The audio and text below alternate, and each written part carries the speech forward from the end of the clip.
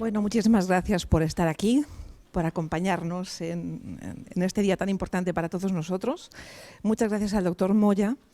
Y yo hace 2 años, en uno de los ayuntamientos que tuve la suerte también de poder participar, la charla que yo hice fue sobre alimentos, dolor y alguna cosa más.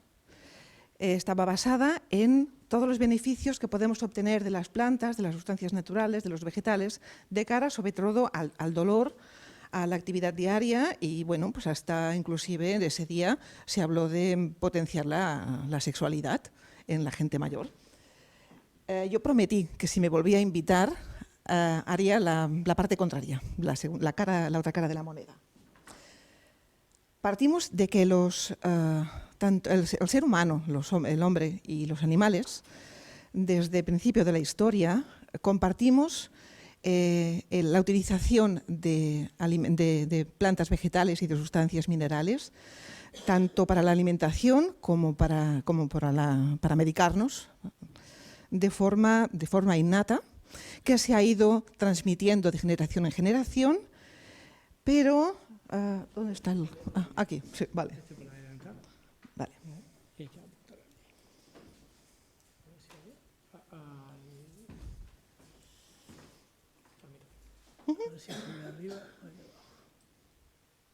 Vale. El de abajo y este es el puntero. Vale. Pero hemos de tener en cuenta que los productos herbales y suplementos dietéticos que contienen productos herbales pueden contener ingredientes farmacológicamente activos y, por tanto, con capacidad de crear toxicidad. Y partiendo de esto, nos metemos en el tema. Si lo consigo. Es el de abajo.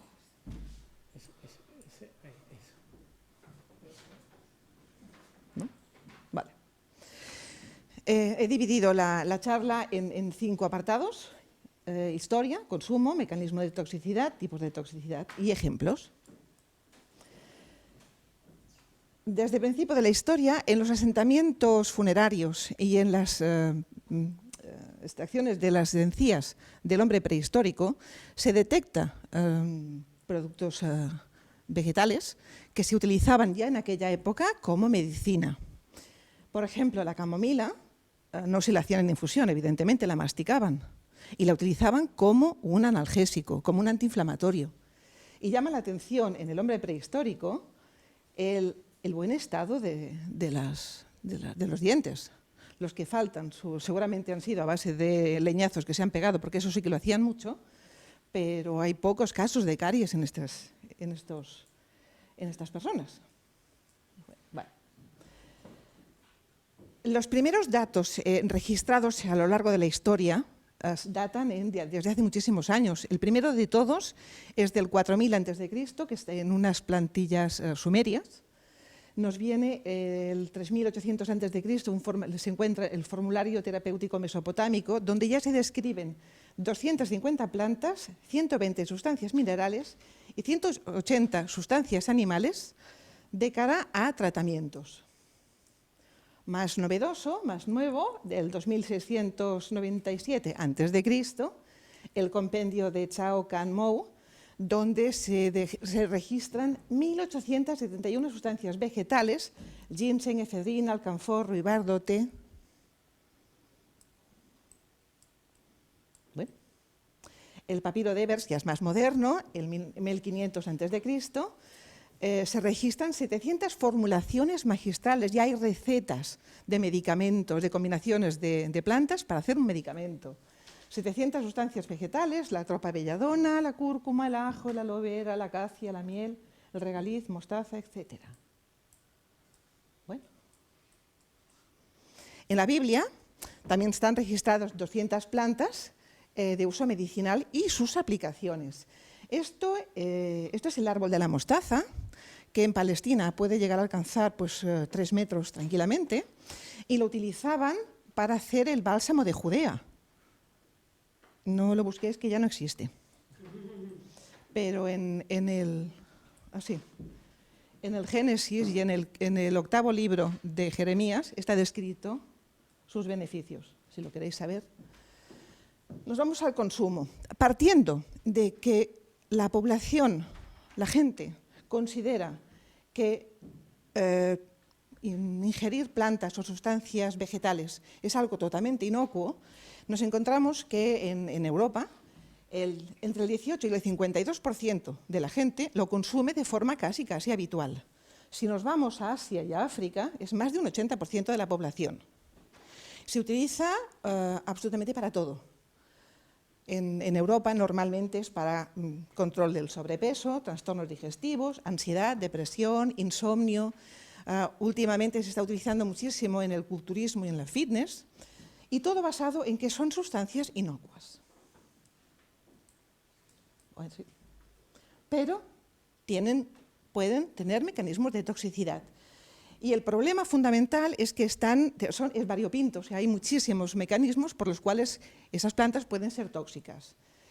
Desde las adulteraciones, porque la legislación vigente puso el control, a partir del 2004 al 2011 se puso un control de los 300 y pico de productos que se vendían así libremente de productos vegetales, los pasaron a sustancias alimentarias, con lo cual ya no hay control de lo que se pone, solamente están controlados unos 40 y pocos productos farmacéuticos de este tipo.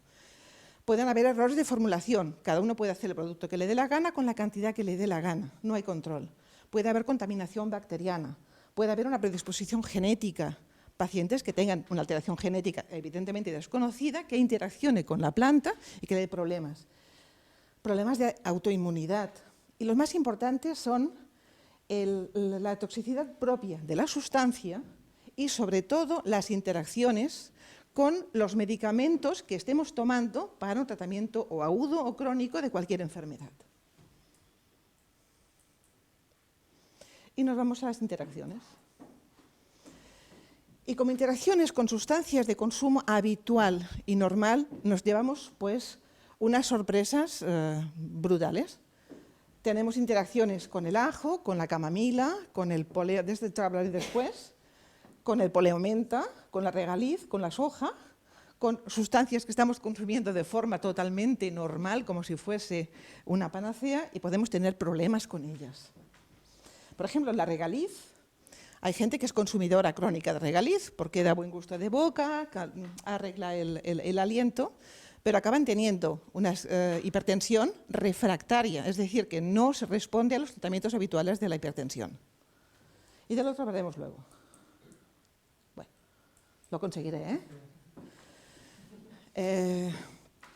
seguimos con el ajo, la manzanilla, la sábila, es el aloe vera, que también os hablaré luego del el eucalipto. Llama la atención porque normalmente una de las cosas que más se utilizan de forma habitual para el eucaliptus es hacer infusiones, baos, para respirar cuando estamos resfriados con la nariz tapada. Bueno, pues puede dar unos broncoespasmos de 1000 pares de narices y eso hay que tenerlo en cuenta. Bueno, si yo seguiré enfocando allí. El ginkgo biloba que se da a los abueletes para estimularles la memoria, que además normalmente está en solución alcohólica, con lo cual la memoria no les devuelve, pero en un buen estado general sí, están contentos. El jengibre, la hierba de San Juan interacciona con muchísimos antidepresivos y es realmente un producto muy fácil de conseguir en cualquier herboristería, que tú le preguntas al del herbolario que se puede tomar para aumentar un poco el ánimo y luego el médico te da el antidepresivo y se lía la de San Quintín. He puesto estas de aquí porque son las que son potencialmente tóxicas. El chaparral es algo que tenemos en la cuenca mediterránea o de secano. Por ejemplo, está la bellota, que nos comemos el jamón de bellota más a gusto que para qué, pero que no se nos ocurra hartarnos de bellotas, que la vamos a pasar muy mal porque son muy tóxicas para el ser humano. La Camellia sinensis las hojas de la camelia son las que dan el té verde, que se consume como si fuese también agua de mayo para las dietas de adelgazamiento, que es inmensamente tóxico.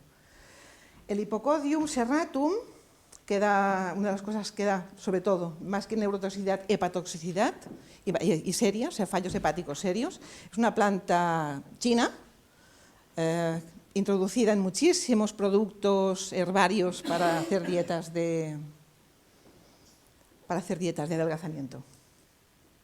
Bueno, tipos de toxicidad, pues evidentemente leve, moderada o severa. Trastornos digestivos, náuseas, vómitos, diarreas, mareos, alergias, sobre todo cutáneas, erupciones cutáneas, hipersensibilidad al sol. Moderada pasamos a cuadros neurológicos, alteraciones de coagulación, digestivos más, y severa, alteraciones hepáticas, neurológicas o renales, que las tenemos aquí más descritas. A nivel de la sangre, interacciona sobre todo con los medicamentos. Sí. A nivel de la sangre, interacciona sobre todo con los medicamentos que los médicos damos para fluidificar la sangre, con los anticoagulantes. Puede dar aumento de la fibrinolisis, inhibición de la agregación plaquetaria y alteración de la coagulación. A nivel del riñón, insuficiencia renal aguda.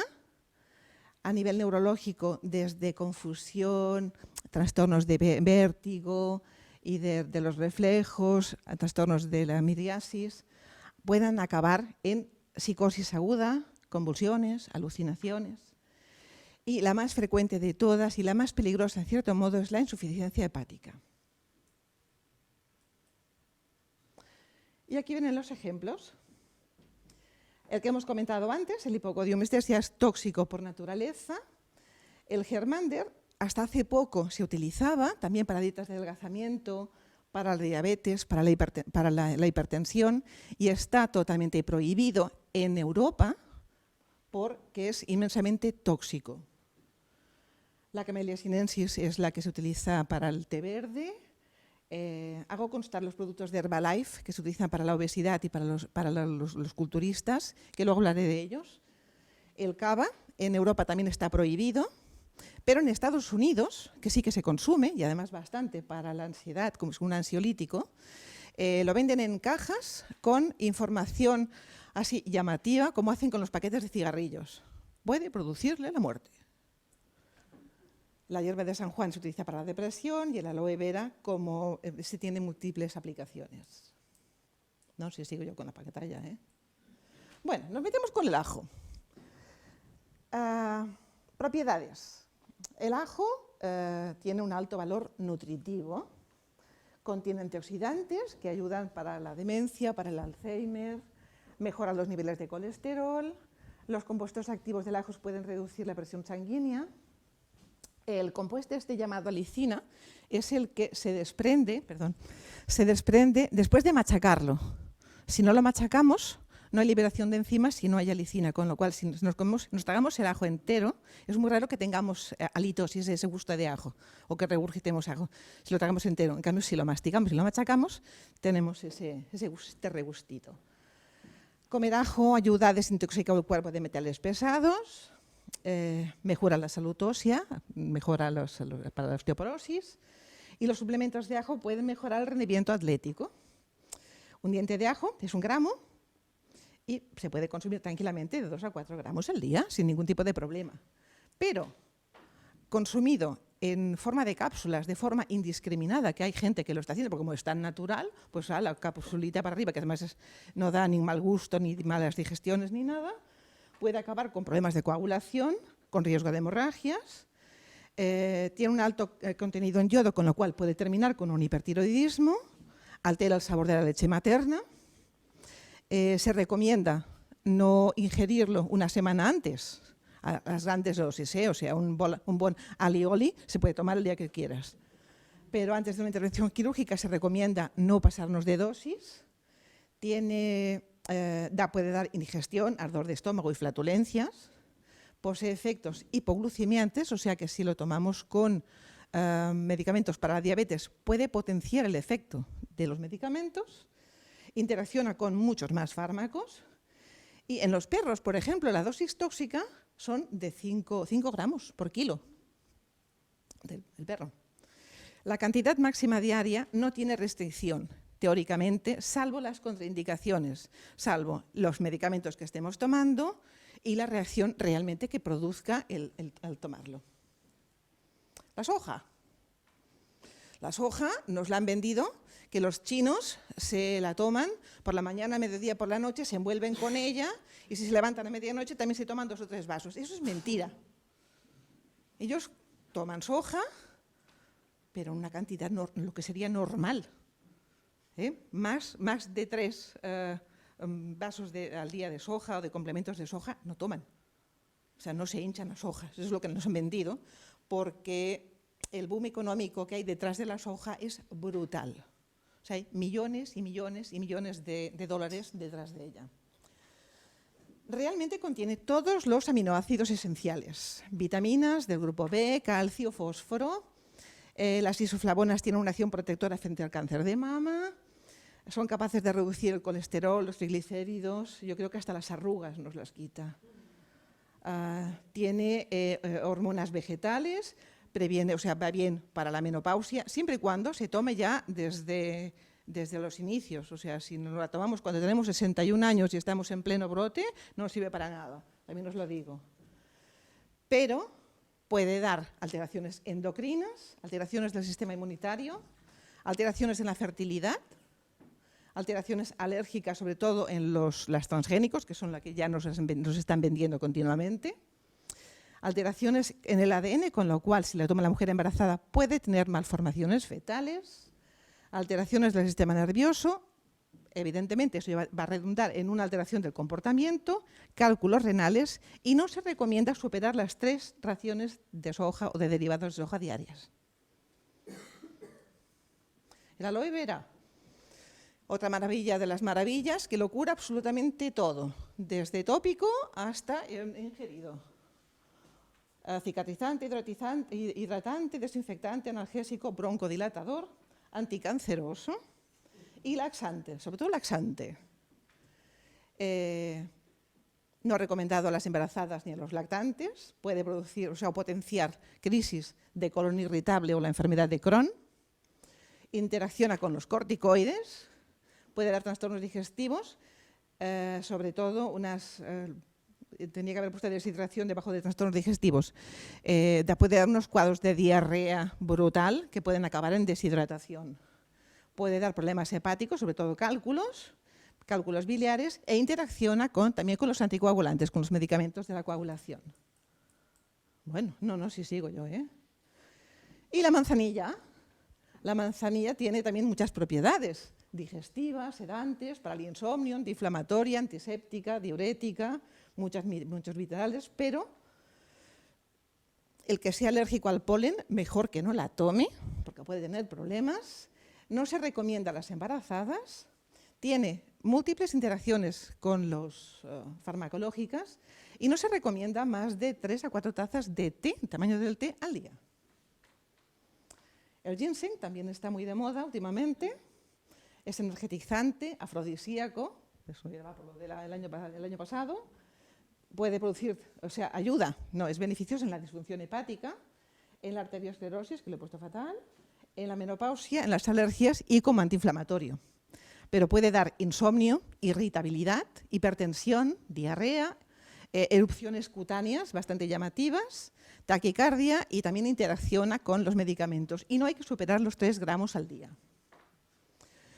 Ejemplos múltiples de las hierbas asiáticas que también están muy de moda y que son peligrosísimas porque, aquí soy rápida, sirven para todo, sedante, pérdida de peso, dermatitis, estimulantes, enfermedades hepáticas múltiples, esa es la furucaba, ya sirve para todo.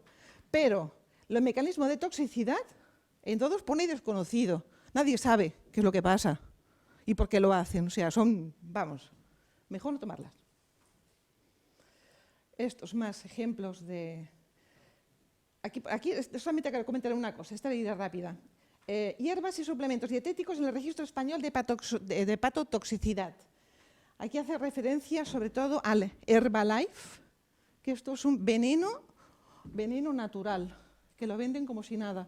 Múltiples ejemplos de la hepatotoxicidad de los productos de herboristería, y aquí están incluidos los del Herbalife. No, si seguiré. Este es un trabajo, lo comento porque es un trabajo que hizo el doctor Quim Torné de mi hospital, basado en la hepatotoxicidad asociada a hierbas y suplementos dietéticos en varios pacientes consumidores de Herbalife, que es una mezcla de hierbas y hierbajos y alguna cosa más, que acaban en una insuficiencia hepática, algunos fulminante. Uno de los pacientes que está incluido en este trabajo es un paciente que lo vi yo en la consulta de anestesia para la intervención. El paciente, un chaval joven que se operaba una rodilla, la alteración hepática estaba muy alterada.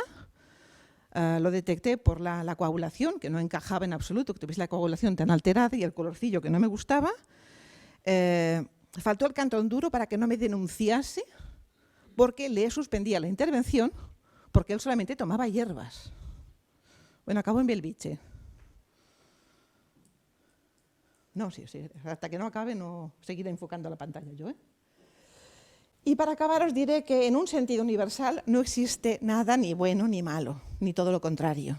Todo depende de la dosis, de lo que mezclemos, de cómo lo hagamos, de lo que necesitemos tomar en un momento determinado y cómo lo tomemos.